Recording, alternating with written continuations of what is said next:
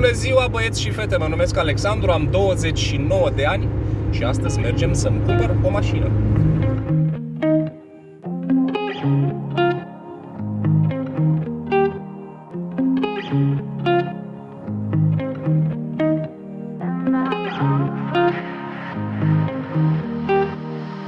După cum se vede, traficul este destul de aglomerat astăzi, este o zi de luni, este ora 2:30 în Germania, pe Autobahn. Da, mai avem foarte puțin. Ce ne zice Navi? 123 de kilometri până la Handler. Să vedem ce zi va fi astăzi. Doamne ajută! Un mic info despre mine. M-am născut în Timișoara. Am venit în Germania datorită bunicii mele prin 2013, la sfârșitul lui 2013, și stau în regiunea Bayern de atunci. Am absolvit o școală de meserii, sunt oficial vânzător și da, am o soție foarte frumoasă, un copil de 3 anișori și după cum se vede, astăzi conducem Lupo, săptămâna viitoare poate conducem un Mercedes frumos.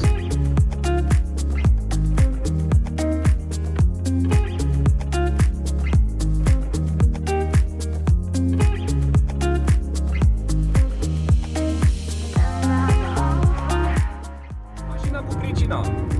Este vorba despre un Mercedes-Benz 350 GCI din 2011. 125.000 de kilometri, prețul convenabil, 15.950 de euro. Motivul din care vrem să ne părăsim, din păcate, de Lupo este pentru că soția mea și eu suntem foarte înalți. Și pe lângă asta mai avem și copilul. Loc în spate nu mai este pentru că este ocupat actual de un subwoofer. Nu că ar fi avut Lupo mare loc pentru bagaje. Iar, da, de aceasta ne-am hotărât să ne cumpărăm o altă mașinuță.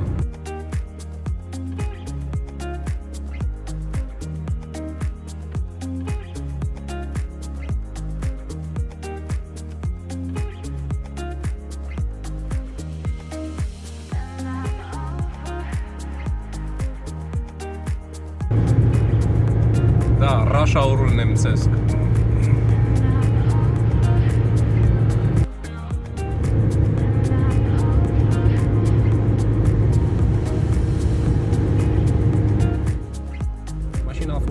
Pe site-ul mobile.de, iar modelul pe care l-am făcut eu nu s-a găsit în regiunea mea, de aceea a trebuit să mergem astăzi 200 de kilometri până la Handler. Iar Handlerul se află în Mannheim, la o distanță de 2 ore de la mine de acasă până la el. Asta este pena.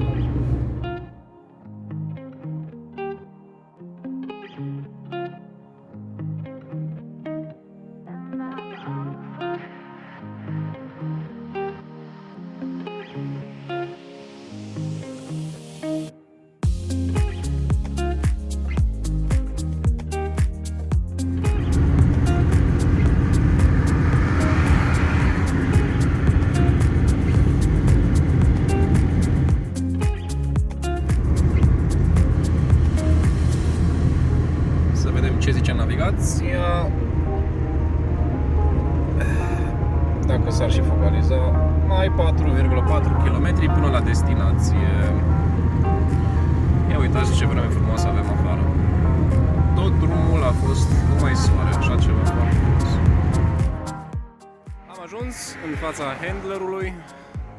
Se numește MG Cars, aici în Mannheim. Acum mergem să vizităm mașinuța. Da, am ajuns la mașinuță. Se arată într-o stare destul de frumoasă. Adică se vede că a fost îngrijită de ea. Stă cu capota deschisă pentru că mașina, fiind stătută de mult timp, a cam păpat bateria. Dar interiorul este textil. Am optat pentru chestia asta pentru că iar vara este mai convenabil. Să ne urcăm și înăuntru.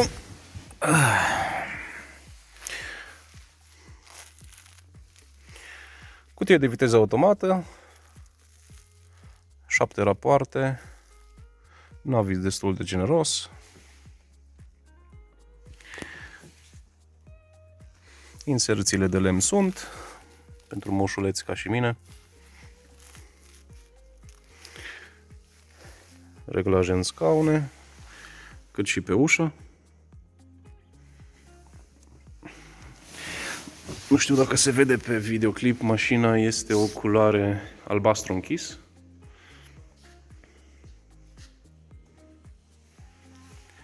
Să vedem și din spate.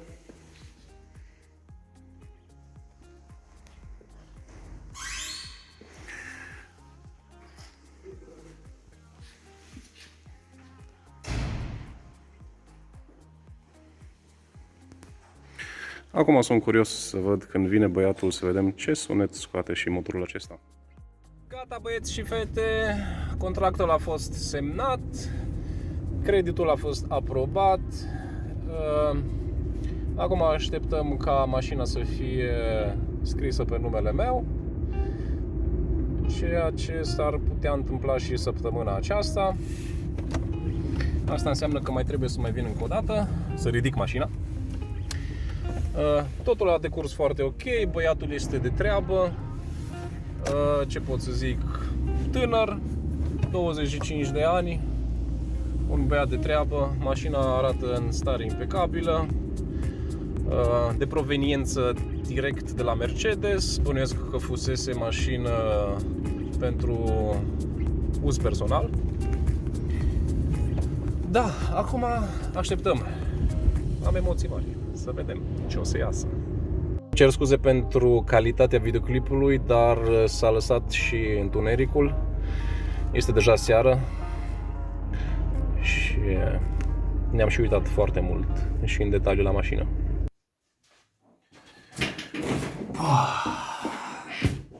Am ajuns acasă, într-un final.